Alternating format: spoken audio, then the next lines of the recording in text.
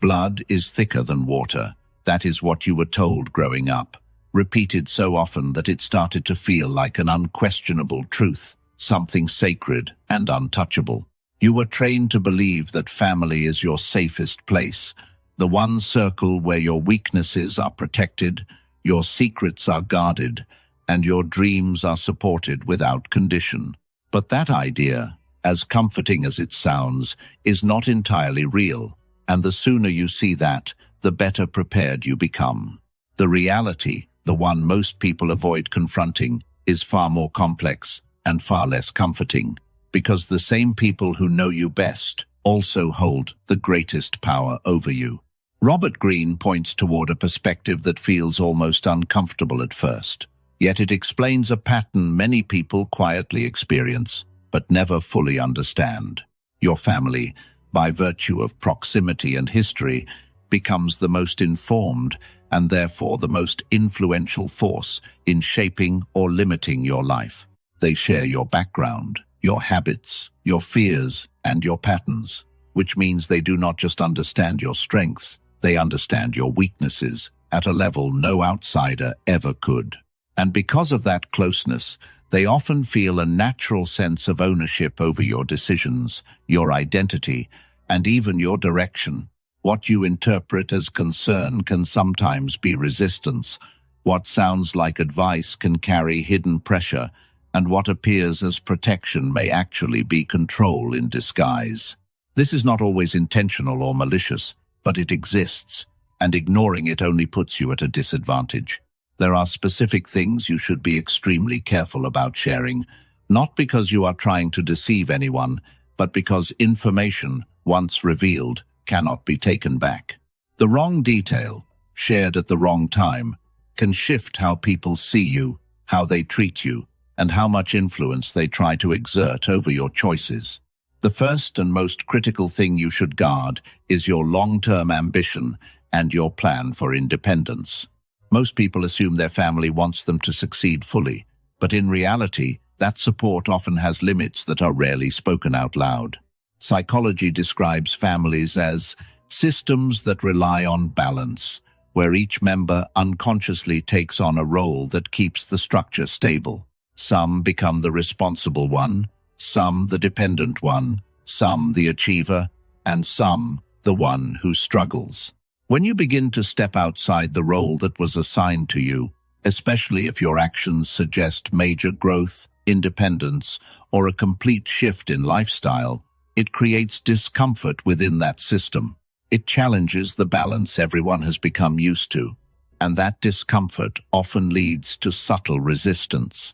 If you openly share that you are planning to build significant wealth, move away, or detach from certain dependencies, you might expect encouragement, but what you often receive instead is hesitation, doubt, or cautious questions.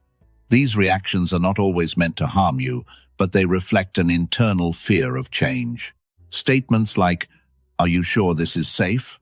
or "You seem different lately," or "We just want what's best for you," may sound supportive, but they can also act as subtle brakes on your progress. They introduce doubt, slow your momentum, and keep you tied to familiar patterns. History offers clear examples of how power is often concealed, even among close circles.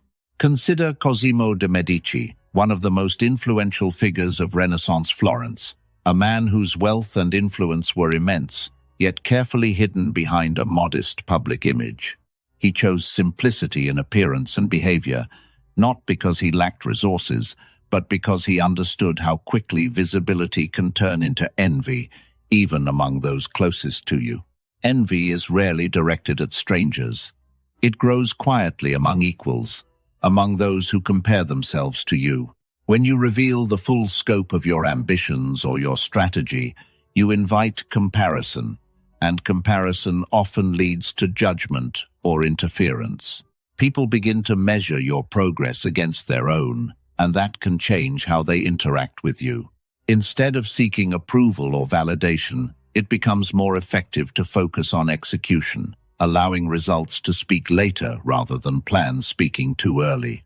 When your moves are visible only after they are complete, they carry far less resistance.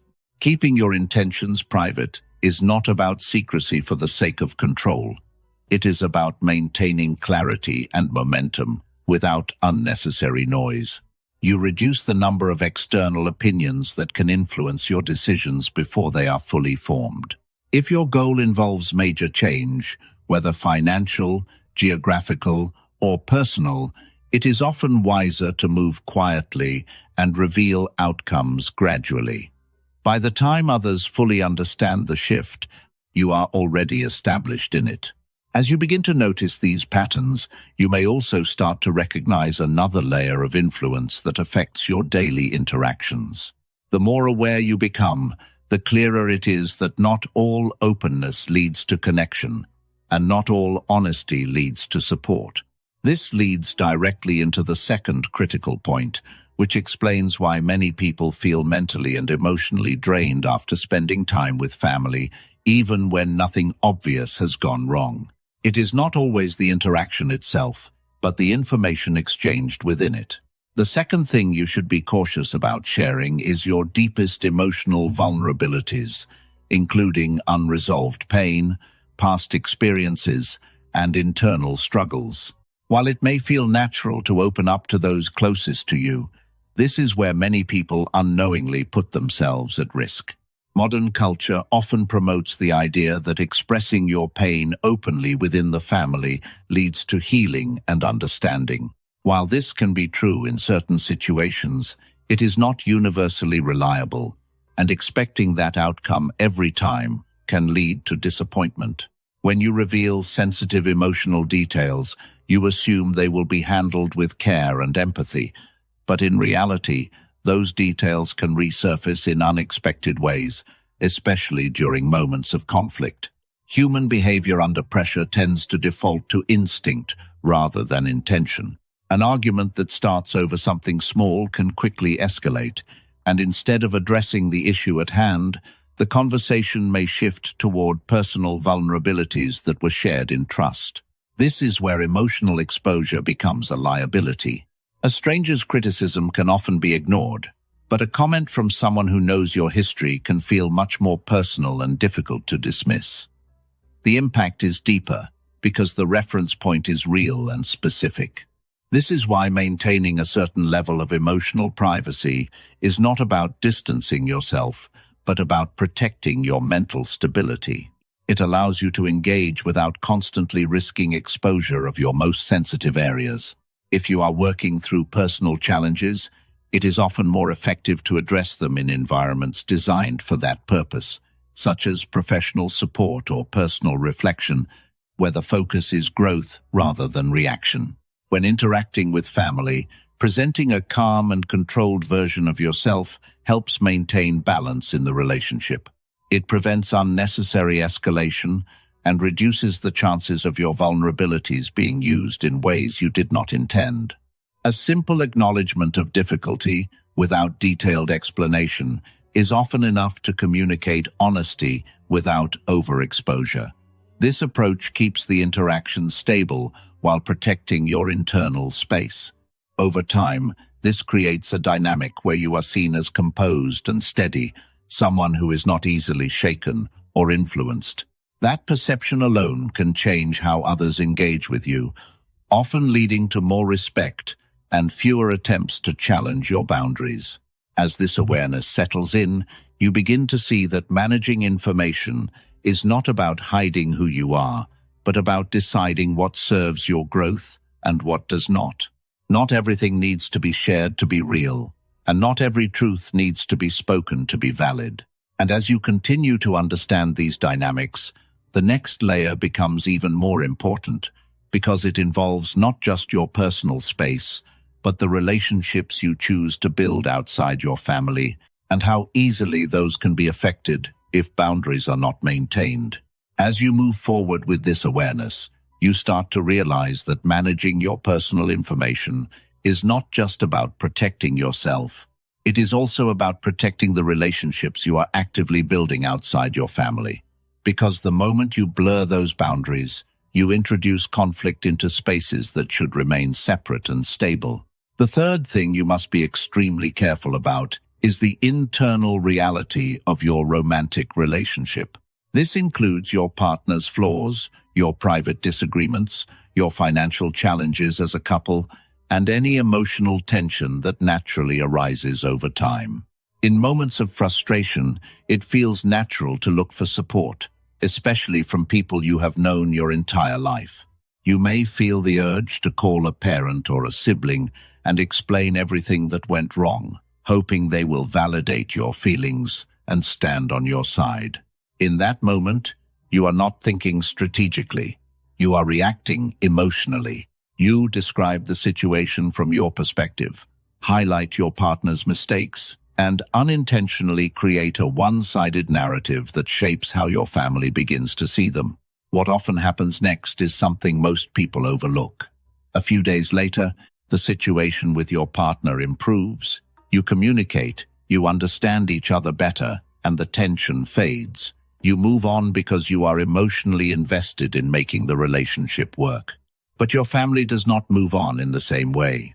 They do not share the same emotional bond with your partner, which means they do not process forgiveness the way you do. Instead, they hold on to the negative impression you created during that moment of frustration. This creates a silent imbalance that grows over time. Your relationship heals internally, but externally, a negative perception continues to exist, shaping future interactions in subtle but powerful ways. A single complaint can turn into a long-term bias, and over time, that bias influences how your partner is treated, how they are spoken about, and how comfortable they feel within your family environment.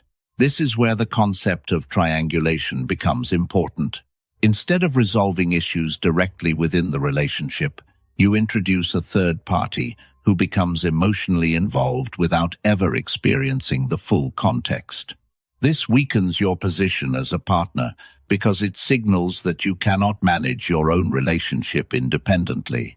It shifts authority away from you and places it in the hands of people who are not directly part of that relationship.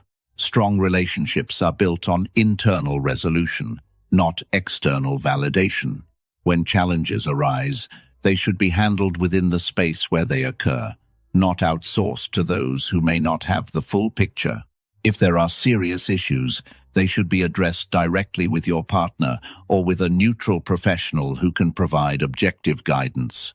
Bringing family into those matters often complicates them rather than solving them. From a behavioral perspective, people interpret independence as strength. When you consistently handle your relationship matters privately and present a unified front externally, it naturally establishes respect and clear boundaries.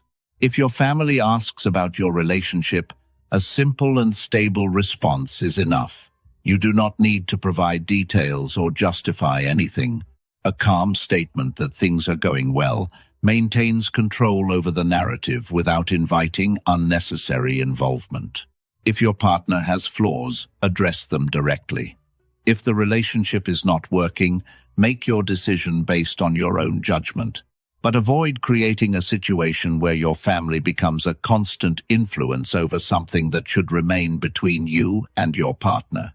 Over time, you will notice that protecting this boundary not only strengthens your relationship, but also reduces external interference.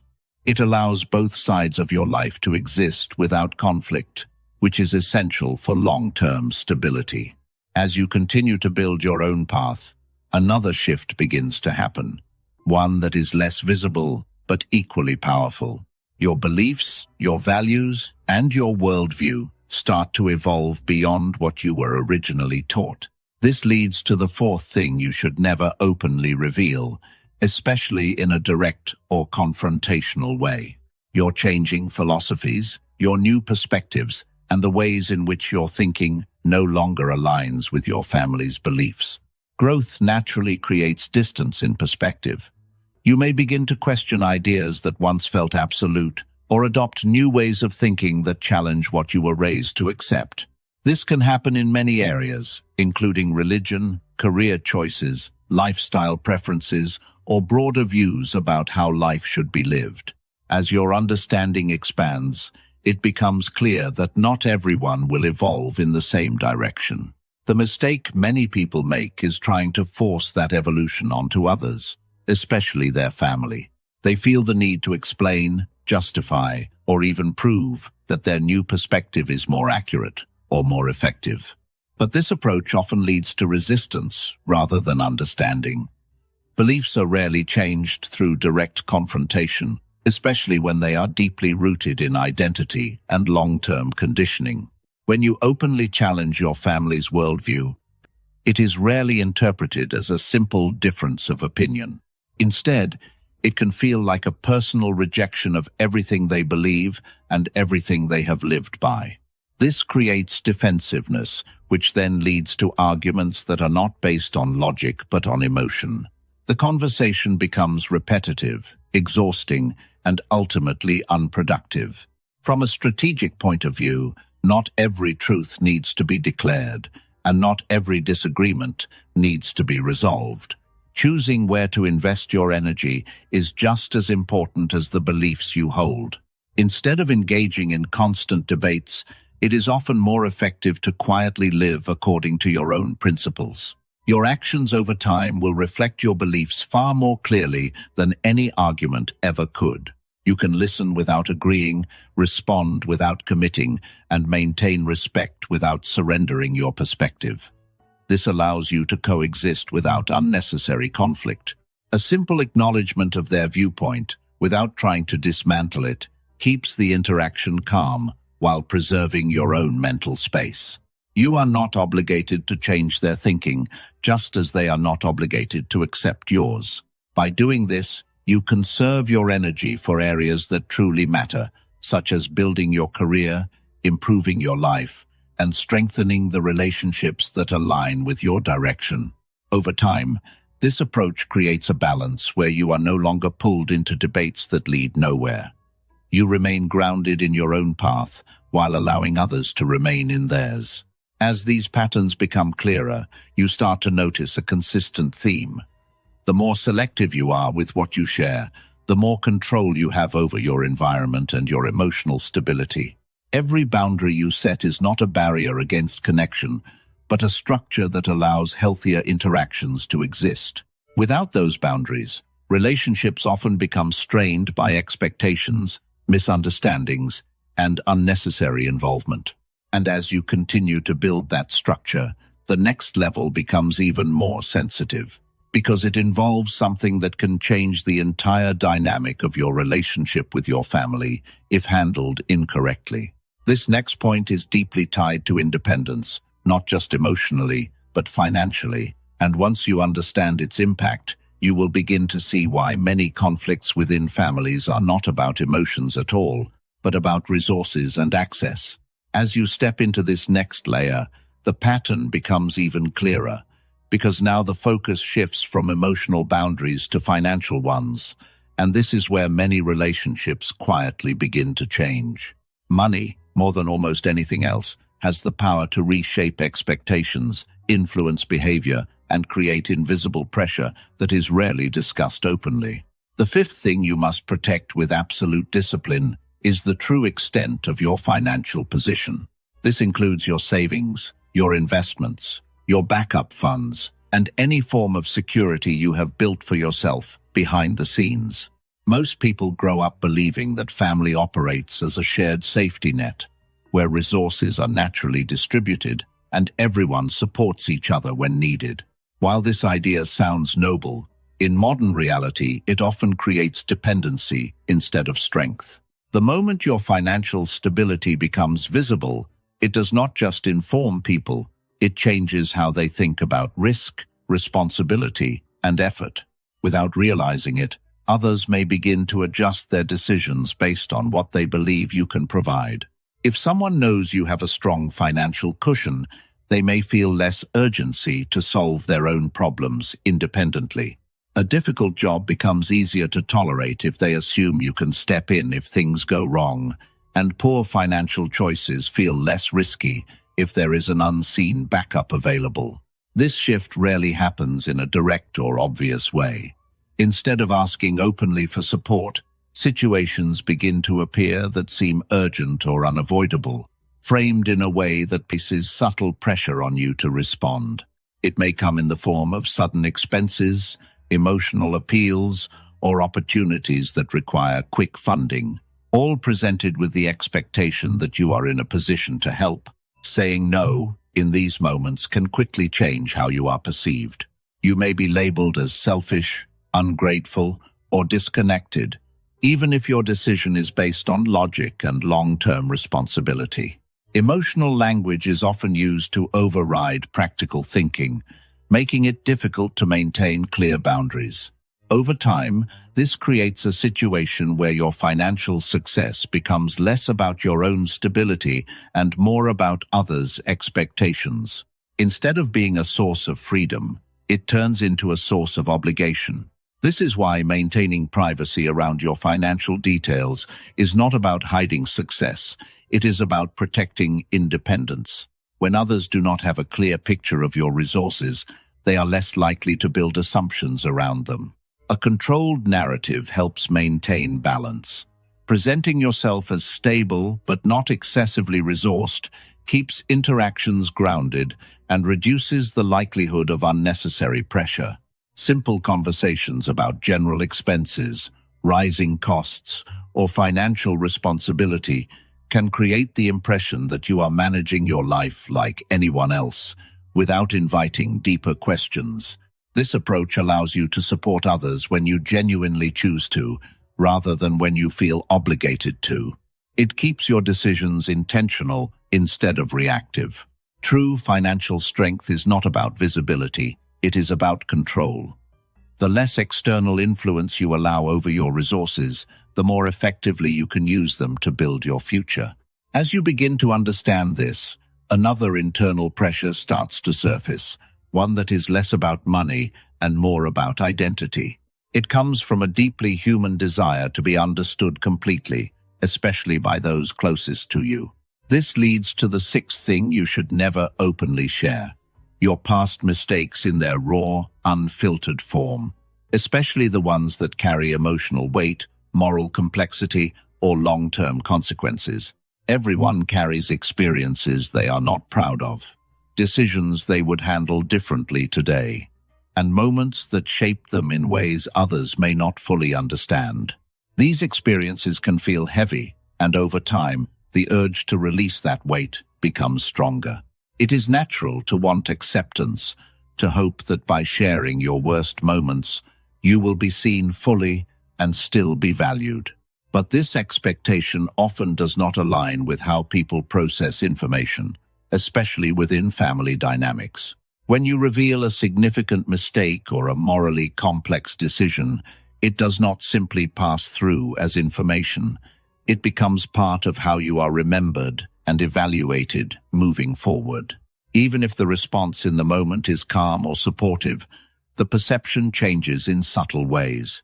People begin to associate you with that action, and over time, it can influence how they interpret your behavior in unrelated situations. The human mind is designed to identify patterns and potential risks.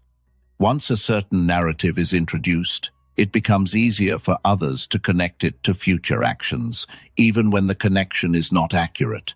This does not mean you must hide your past entirely, but it does mean you should be selective about how and where you process it. Not every environment is designed for reflection and growth.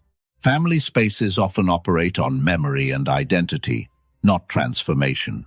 They tend to hold on to established versions of people rather than constantly updating them based on new understanding. If you need to work through past decisions, it is more effective to do so in a space where the focus is clarity and progress, not judgment or long-term labeling. This could be personal reflection, structured guidance, or environments where confidentiality is respected. Maintaining a level of privacy around your past allows you to define yourself based on who you are becoming, rather than being repeatedly tied to who you were. It also protects your ability to move forward without constantly revisiting old narratives that no longer serve your growth. You retain control over how your story evolves, instead of allowing others to define it for you. As these layers come together, a deeper level of awareness begins to form, one that is not just about what you share, but about what you understand. You start to see patterns in behavior, communication, and influence that were not obvious before. This awareness leads directly into the seventh and most advanced boundary, one that requires not just discipline, but restraint at a psychological level. It involves recognizing the dynamics within your family, understanding how roles are maintained, how influence is applied, and how certain patterns repeat over time without openly confronting or exposing them. The instinct, once you see these patterns clearly, is to point them out, to explain them, and to try to change them. It feels logical, even necessary, to bring awareness to something that seems so obvious once you notice it. But this is where strategy becomes more important than expression. Directly challenging a system that has been operating for years rarely leads to transformation, especially when that system is tied to identity and emotional security. When you attempt to analyze or correct these dynamics openly, the focus quickly shifts away from the system and onto you. Instead of the behavior being examined, your perspective becomes the subject of criticism. You may be seen as overanalyzing, becoming distant, or creating problems where others see none. This response is not unusual. It is a natural defense mechanism to protect established patterns. In many cases, the person who identifies the issue becomes the one associated with it. The system redirects attention to maintain its stability, often by labeling the observer rather than addressing the behavior. This is why awareness alone is not enough. How you use that awareness determines whether it becomes a strength or a source of conflict. Choosing when to speak and when to remain silent is a critical part of maintaining control over your environment. Not every truth needs to be expressed to be understood. Instead of confronting directly, applying boundaries through action often proves far more effective. You respond differently, engage selectively, and remove yourself from situations that do not align with your priorities. Over time, this changes the dynamic without triggering resistance. You are no longer trying to fix the system, you are simply choosing how much of it you participate in. This approach preserves your energy, maintains stability, and allows you to operate with clarity even in environments that have not changed. It is not about winning an argument, it is about maintaining your position. As this realization settles in, you begin to understand that real control does not come from forcing change, but from managing your own responses within any situation. And once you fully grasp that, the final part brings everything together, showing how these boundaries do not separate you from your family, but actually allow you to interact with them in a more stable and controlled way without losing yourself in the process. As these boundaries begin to settle into your thinking, something important starts to shift internally. You realize that this is not about creating distance from your family, but about redefining how access works between you and them. The goal is not separation, but stability without emotional or psychological leakage. At this stage, the deeper truth becomes clearer. Most conflict inside families does not come from hatred or deliberate harm, but from unmanaged access to information, emotion, and influence. When everything is shared without structure, even small misunderstandings can grow into long-term tension. This is why the idea of selective communication becomes essential. You are not cutting people off. You are simply filtering what crosses the boundary. That distinction changes everything. One approach destroys connection, the other preserves it in a controlled form. As you continue this process, you begin to notice that the less reactive information you provide, the more stable your interactions become. Conversations lose their emotional volatility, and discussions become less about control and more about simple coexistence. This is where emotional discipline becomes a core skill. Not every question requires full disclosure, and not every situation requires full explanation. Sometimes, The most effective response is measured, minimal, and calm. A controlled response does not mean dishonesty. It means choosing relevance over excess. You share what is necessary for the interaction to function, not everything that exists within your internal world. This creates a psychological shift in how others perceive you. When people cannot easily extract emotional reactions or detailed personal information from you, they begin to adjust their behavior. The dynamic becomes less intrusive and more respectful over time. However, maintaining this level of control requires consistency. One moment of oversharing can reopen patterns that you have already started to close. That is why awareness alone is not enough. Discipline is what sustains the structure. As this structure strengthens, another realization appears. Many of the pressures you feel in family interactions are not direct demands, but subtle expectations built over years of familiarity. These expectations are rarely spoken, yet they strongly influence behavior. When you stop automatically fulfilling those expectations, you may initially face resistance.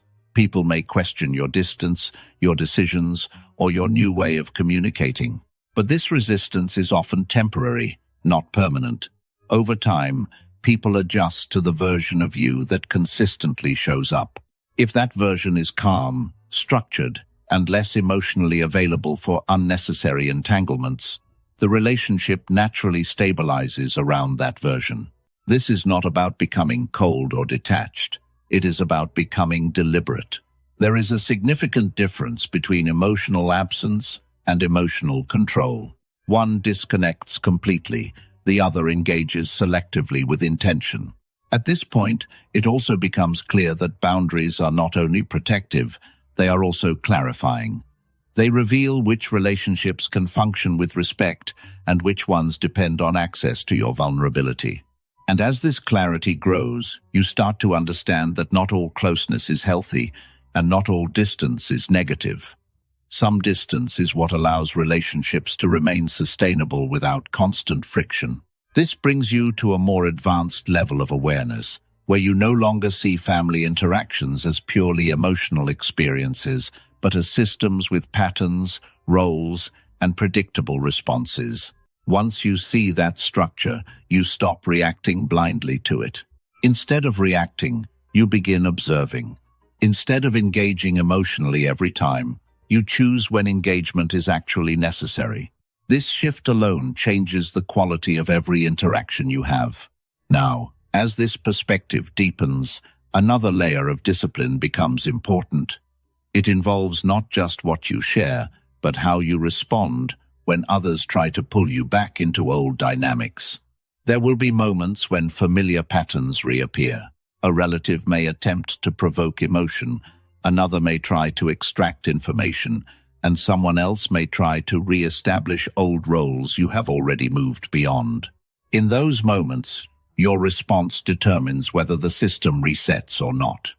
If you react emotionally, you re-enter the pattern. If you respond calmly and consistently, the pattern loses strength over time. This is where emotional neutrality becomes powerful. Not indifference, but neutrality. You are present, aware, and responsive, but not pulled into unnecessary emotional escalation. A calm tone, brief answers, and steady behavior send a stronger message than long explanations ever could. People adjust more to consistency than to argument. As you refine this approach, you begin to notice something subtle but significant. Your internal peace increases, not because others change, but because your level of participation in unnecessary dynamics decreases. You are no longer carrying emotional residue from every interaction. You are no longer revisiting conversations in your mind for days. You are no longer entangled in cycles that drain your attention and energy. This creates space for focus, space for growth, space for decisions that are not influenced by emotional pressure from multiple directions at once. And in that space, you begin to function more clearly. Your goals feel more defined, your direction becomes more stable, and your internal decision-making becomes less reactive and more intentional. At this stage, it becomes obvious that boundaries are not just defensive mechanisms. They are tools that shape the quality of your entire life experience. Without them, everything leaks into everything else. With them, each area of life maintains its own structure. Family remains family. Work remains work. Relationships remain relationships, and your internal world remains yours. This separation is what prevents emotional overload. It is what allows you to engage without losing yourself in the process. It is what makes long-term stability possible in environments that are naturally complex. As you continue refining this mindset, you also begin to see that true maturity is not about exposing everything or hiding everything. It is about knowing what belongs where and what does not need to be moved across boundaries unnecessarily. And once that understanding fully develops, you reach the final layer of this framework, where everything comes together into a single realization about control, awareness, and personal sovereignty within your own life. At this final stage, everything you have learned about boundaries, information control, and emotional discipline comes together into a single, uncomfortable realization. It is not just about what you share with your family, but about how identity itself is shaped through repeated exposure, interpretation, and memory. The deeper truth is that once something becomes part of how people see you, it becomes very difficult to fully erase. This is why the most dangerous form of vulnerability is not a moment of weakness, but a permanent label created from it. That label can silently influence how every future interaction is interpreted. This leads to the idea of the sixth boundary, your private moral history, your past mistakes, and the things you carry internally that no one else fully understands. Almost every person has moments in life they are not proud of, decisions they regret, or experiences they would never want replayed in public detail. There is a natural human urge to release that weight, especially with family. You may think that full honesty will bring closeness, forgiveness, or emotional relief. You may believe that if they truly know everything about you, they will accept you more deeply. But in reality, the effect is often the opposite. When you expose deeply personal or morally complex experiences, you are not just sharing information, you are permanently altering how your identity is structured in their mind. Even if they say they understand, even if they say they forgive, the psychological imprint remains. The human brain does not fully erase emotional associations. It reorganizes them into future judgments. This is why confessions, especially unfiltered ones, are so powerful and so irreversible. They do not just describe who you were, they begin to define who you are in the eyes of others. There is also a second layer to this. Once people are given access to your most vulnerable or morally complicated moments, it becomes easier for them to unconsciously use that information in future disagreements. Not always intentionally, but reflexively, under emotional pressure. A simple argument can suddenly shift from the present issue to something from your past that was never meant to be part of the discussion. What was once private reflection becomes a reference point in conflict. This is why controlled privacy is essential. It is not about hiding your humanity, but about protecting the version of you that is still evolving. Not every internal truth is meant to be externalized in environments that are not structured for transformation. When deeper processing is required, it belongs in spaces designed for it through reflection, writing, or professional guidance, where the focus is understanding, not judgment.